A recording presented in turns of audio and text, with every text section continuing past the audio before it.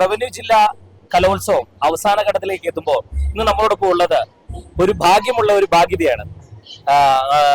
നമ്മുടെ ഭാഗ്യയാണ് കുമാരമംഗലം MKNM സ്കൂളിലെ UP വിഭാഗത്തില് ഓട്ടംതുള്ളൽ മത്സരത്തില് 1ാം സ്ഥാനം കരസ്ഥമാക്കിയ കുട്ടിയാണ് നമ്മളോടൊപ്പം ഉള്ളത്.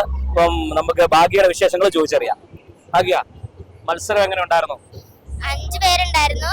അതിൽ നിന്ന് എനിക്ക് ഫസ്റ്റ് കിട്ടി. ഭയങ്കര സന്തോഷമായി.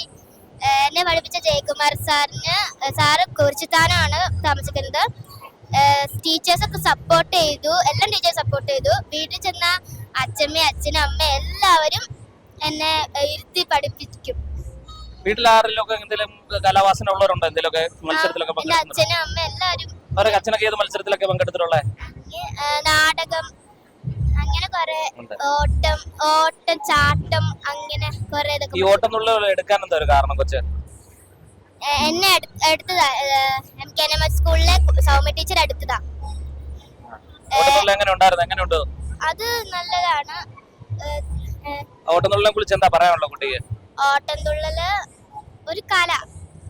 ഓട്ടംതുള്ളല് മുഖത്ത് ഫുള്ളും പച്ച നിറം ഇങ്ങനെ അടിക്കുന്നു. കഥകളിയിലെ ഒരു പാവ സ്വരൂപം.